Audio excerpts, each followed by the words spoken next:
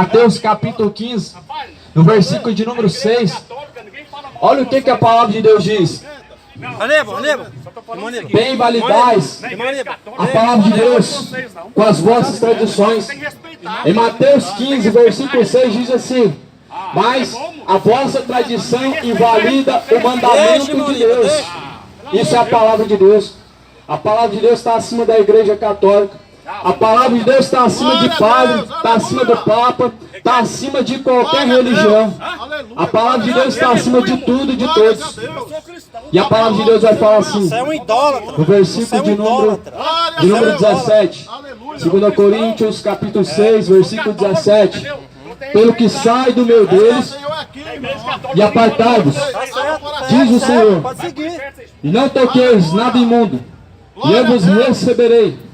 E eu serei para vocês pai, e vocês sereis para mim filhos e filhas, diz o Senhor o Todo-Poderoso. Então a Bíblia fala, sai do meio deles. Se você quer ter parte com Deus, você precisa fugir do meio da idolatria. Se você quer ter parte com Deus e quer se tornar um filho de Deus, você precisa fugir da imoralidade sexual. Se você quiser ter verdadeiramente Jesus na sua vida e chamar Deus de Pai, você precisa, na verdade, fugir da corrupção deste mundo.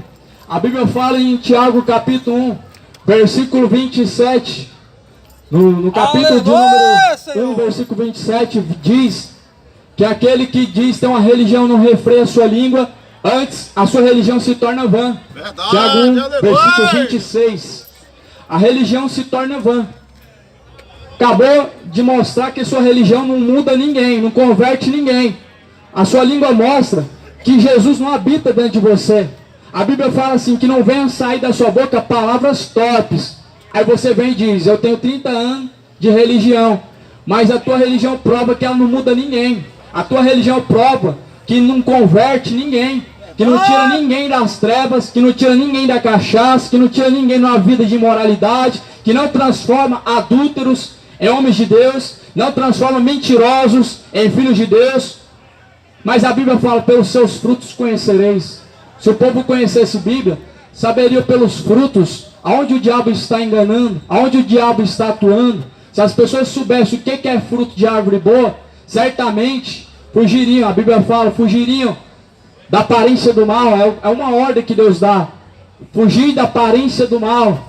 E aqui a palavra diz bem claro, em 2 Coríntios 6, versículo 17, sai do meio deles e apartem-se, diz o Senhor, e não toquem nada imundo, e eu vos recebereis. O que é imundo segundo os olhos do Senhor? Segundo os olhos do Senhor, o que é imundo? O pecado.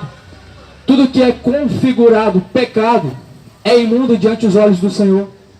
Tudo que é contrário aos caminhos do Senhor, ao padrão de Deus, de conduta que Deus assim determinou, é configurado pecado.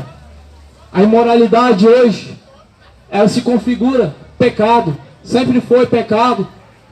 Dois homens constituírem relacionamento, sempre foi pecado. Duas mulheres constituírem relacionamento, sempre configurou pecado. Bebedeira, sempre foi, nunca deixou de ser pecado. Dobrar joelho diante de imagem de escultura nunca deixou de ser configurado pecado. Tanto é que Deus tem até mesmo uma lei para isso. Deus, ele criou um mandamento para isso, para não se fazer em mais escultura. Porque certamente se Deus falou para não se fazer em mais escultura, é porque Ele não quer que venda, Ele não quer que dobre o joelho para ela, Ele não quer que você idolatra aquilo que não é Deus, que não pode curar, que não pode salvar, que não pode libertar. Por isso que Deus, ele criou o mandamento em cima disso. Está escrito em Êxodo 20. Não terás outros deuses. Não façam imagem de escultura.